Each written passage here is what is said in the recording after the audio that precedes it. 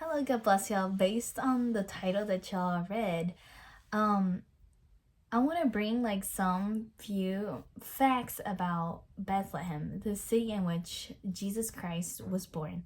So, firstly, in the Bible, it says in Matthew and Mark chapter 1 and 2, it says that Jesus was born in Bethlehem, a city in the region of Judea, which is like 9 kilometers south from Jerusalem. And with the election, or with the selection of Bethlehem being the city in which our Savior was going to be born, it brings this symbolic symbolism. And what would be the first meaning to this? Firstly, Bethlehem means house of bread in Hebrew. Just like Jesus said in one occasion, I am the bread of life, and those who come to me will never be hungry. I am the bread that has descended from the heavens, or like the manna that has descended from the heavens. And this we can find it in John 6:35 and verse 51. So what is another like significant relationship that we can tie this to? So firstly, we have the first mention of Bethlehem. Rachel, the wife of Jacob, was, let's say, like buried in Bethlehem. So that's like the first mention. The second one would be where God starts to like lift up many judges, or start to call other judges in Bethlehem. And a third occasion is when Boaz comes from Bethlehem to receive Ruth as his wife.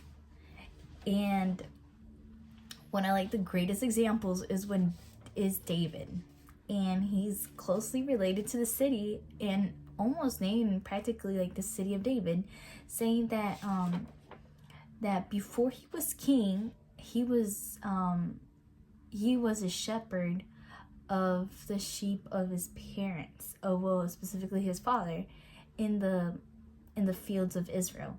So looking at all of this, it's like the significance of how would I say, like abundance, like that humbleness. And that is what Jesus is, pretty much. He's really humble. In the Bible, you don't see him boasting about like his riches, about being the son of God, but instead he is like that example of humbleness that we have to follow. And why abundance? Abundance because he's everything that us as human beings need. We might forget that, we might just like turn the other way, but God in his great mercy, he allows Jesus Christ to come to this earth, to be born. Firstly, like, how is he just gonna appear like this? No, he had to be born first, go through like childhood, go through his like teenage years, his youth, and then to like become a minister, he became in his 30s. So with all of this, we have to also remember that Bethlehem was a really, really small city, in which it mentions that Joshua, whenever he was like sharing the land of Israel after he had conquered the whole land, it mentions where Joshua was like mentioning all the cities in Judea, and it was like all these other cities, but he didn't mention Bethlehem. Why didn't he mention it? It was because Bethlehem is such a really, really small city that there was no need to mention it. A really small like town, that there was no need to mention it.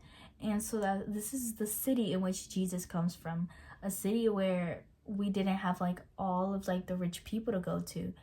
Whenever in the story it like shows us that there was other pastors, like shepherds, like around with their sheep around like the town, that's where like all like the lower class people were at.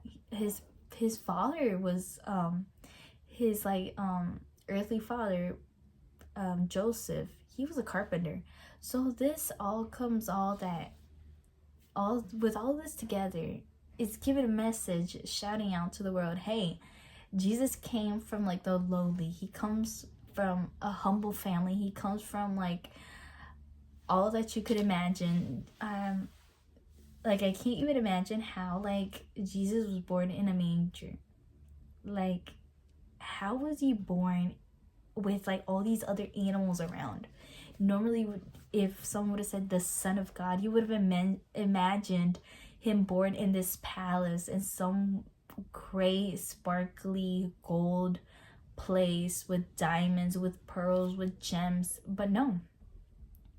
But that's where this is the upside down kingdom of Jesus Christ. So it's very like it's very like shocking that Jesus really give out a message without really giving a message, in a way that whenever people have those eyes to see it, they will see it.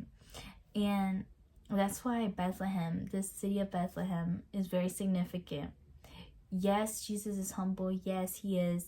Yes, he also, I can imagine that he also owned and had like riches. Why? Because it shows that the Magi, the wise men, brought him like those gifts, like expensive gifts that would only be given to a king or like someone in a high status. But that is gonna be for the next episode, and I'm gonna go more in depth on there. So this is just a couple of like facts on Bethlehem, and I hope this has been a blessing, and God bless you all.